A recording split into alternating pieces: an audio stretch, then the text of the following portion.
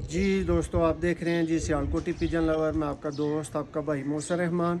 दोस्तों, कबूतरों का शौक़ तो मुख्तलिफ़ नस्लों का आप रोज़ाना ही करते हैं, लेकिन दोस्तों इस वीडियो में आपको एक नायाब गोल्डन कबूतर का शौक़ करवाया जाएगा, जो दोस्तों पहले बाजियों में उड़ा, कई दफ़ा दोस्तों ये बाजियों में उड़ा, रातें रहा, और उसके बाद दोस्तों ये अब ब्रीडिंग में आ चुका है।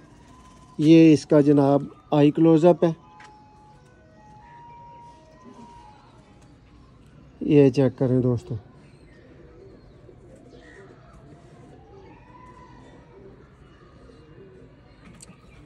दोस्तों ये 2-3 साल तक बाजियों में उड़ा हुआ है, और अभी आप देख सकते हैं कि ये जी नए सिरे से दोस्तों परदार हो रहा है।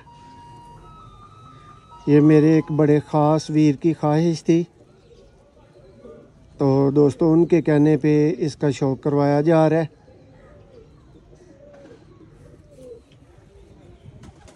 ज़ुबैर भाई के कहने पे। ये चेक करें दोस्तों इसका पर।